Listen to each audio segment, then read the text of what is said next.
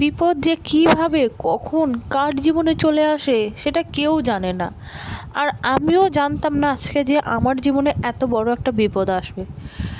দেখো ছেলেটার চোখের অবস্থাটা দেখো, সুস্থ ছেলে আমার ঘর থেকে বেরোলো আর ফিরলো চোখটা ওরকমভাবে নিয়ে। তো যাই হোক, হাই এভরিওয়ান, সবাই কেমন আছো? আশা করি ভালো আছো। আর আমরাও খুব ভালো ছিলাম। এই যে সকাল থেকে দুপুর পর্যন্ত আমরা ভীষণ ভালো ছিলাম তিনজনে, কিন্তু দুপুরের পর এই যে হয়ে গেল একটা দুর্ঘটনা। তো যাই হোক, এটা হলো ওই 10টা মতো বাজে তখন।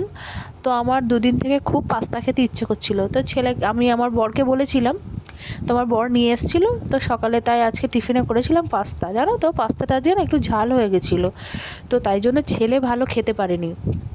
কিন্তু আমার বরের বেশ ভালো লেগেছিল পাস্তাটা, একটু ঝাল ঝাল মতো করেছিলাম। কিন্তু ছেলে বলছিল মা ভীষণ ঝাল হয়ে গেছে, মানে ওর ছোট মুখ, মানে বাচ্চা তো, ওর জিভে ঝাল লাগছিল।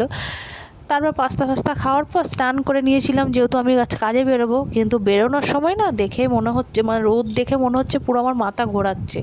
তখন আমার বর বললো আজকে আর যেতে হবে না উষা কাজে। তো আজকে আর যাইনি। তো ওই তারপর থেকে বিছানায় শুয়ে গড়াগড়ি খাচ্ছিলাম।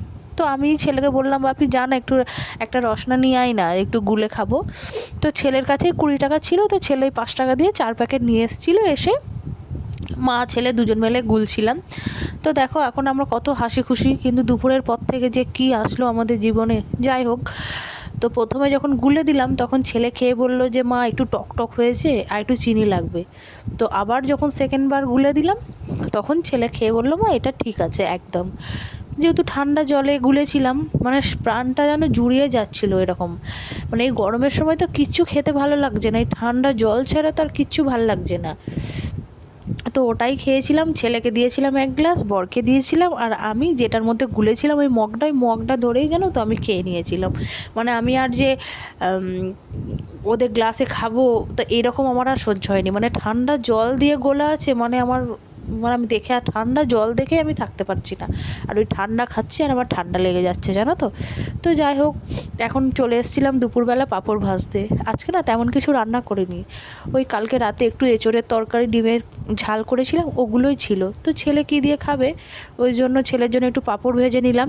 তো পাঁপড় ভাজার পর আমরা তিনজনেই খাওয়া দাওয়া করে নিলাম।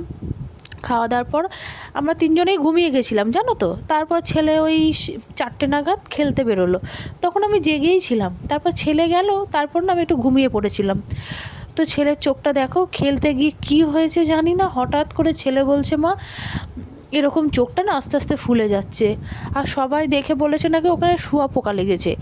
তো অনেকজন বলেছে যে যা বাড়ি গিয়ে নুন ডল বা যে যেরকম পেরেছে বলেছে। আর আমরা তখন ঘুমাচ্ছিলাম, ও না এসে আমাদের কিচ্ছু বলেনি, জানো তো। ও নিজেই নুন ডলেছে, আরও জল দিয়েছে, ও আরও জ্বালা দিচ্ছে। তারপর যখন আর থাকতে পারেনি তখন আমাদের বলছে, আমরা উঠে দেখেই তো অবাক। তারপরেও ছেলেটা জানো তো এক ফোঁটা না ঘরে থাকে না। কিছুক্ষণ আমার কাছে বসেছিল, বসে থাকার পর আধ ঘন্টা মতো শুলো, তারপরেই চলে গেছিলো আবার মাঠে। তো যাই হোক, আমিও চলে গেলাম ছাদে। ছাদ থেকে আমি ছেলেকে দেখছিলাম যে ছেলে কী করছে। তারপর দেখলাম না, ছেলে বসেই ছিল। তারপর ছাদ থেকে আসার পর ছেলেও মাঠ থেকে আসলো, এসে সন্ধে দিয়ে চা ফা খেয়ে আমি একটু রেডি হয়ে নিচ্ছিলাম, একটু বাজারে যাব। ছেলে কিন্তু ঘরেই ছিল, ছেলেকে নিয়ে যায়নি।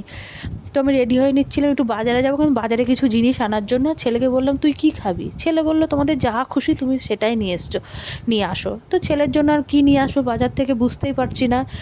তো ছেলে যেটা খেতে বেশি পছন্দ করে ফুচকা, তো ওর জন্য ওই ফুচকাই নিয়ে এসেছিলাম বাজার থেকে। আর ওর জন্য ফুচকা না আলুতে ঝাল ছাড়া আনতে হয়, তো সেটাই এনেছিলাম।